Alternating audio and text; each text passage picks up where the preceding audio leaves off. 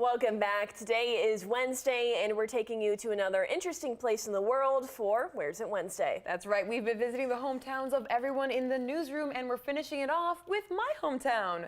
That's right. We are trekking to the Midwest to go to my hometown in Minnesota. Our season finale. Indeed. So we are headed to Litchfield, Minnesota. Nestled in west central Minnesota, my small town of 6,000 is what instilled in me a love for community. We're an hour and a half away from the Twin Cities of Minneapolis and St. Paul, where I actually went to college at the University of Minnesota. Litchfield is your quintessential small town, from its rustic downtown to its many parks and lakes, perfect for community gatherings.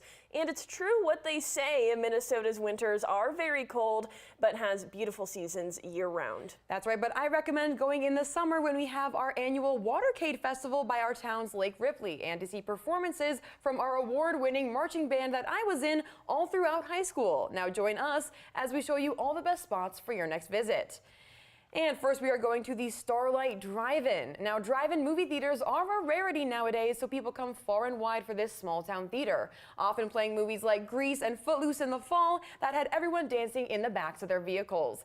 I was with my friends and family all throughout high school, and one of my favorite memories is my dad's ingenuity. We were actually able to stack a couch on the back of his truck and get the comfiest front row seats this side of town. How about that? It was so much fun. I loved having those front row seats and being with my family on a couch, seeing all the lightning bugs in our little drive-in movie theater. That's such a dad thing to do. It is such a dad thing to do. But just a 15-minute drive away is a world record holder, the world's largest ball of twine.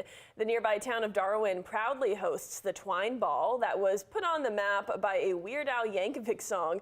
The town named the alley next to the Twine Ball Weird Alley in his honor. They did indeed, and he's talked about it on Twitter, and it's just such a funny little piece of memory. And it's only 15 minutes away from my hometown. Wow. So random, but whimsical. It really is. It's such a small town thing, truly. And it wouldn't be an Emily trip if we didn't mention coffee. Right down Main Street is Mimi's Cafe, host of many a weekend family lunch, study session, or hangout with friends. With the coffee shop's vintage vibe, homemade breakfasts, and delicious coffee, you can't go wrong. And just down the street, looking out into our Central Park, is a diner-style restaurant called Parkview Grill. Now, I actually worked there for 4 years. From your classic hamburgers and paninis to originally crafted wings of the month and fresh salads, Parkview has that perfect mom and pop feel. And for good reason. The restaurant's owners, Ann and Garmin, are a married couple whose care for the restaurant is reflected in their tasty food and infectiously happy atmosphere. I feel like I could see Litchfield being in like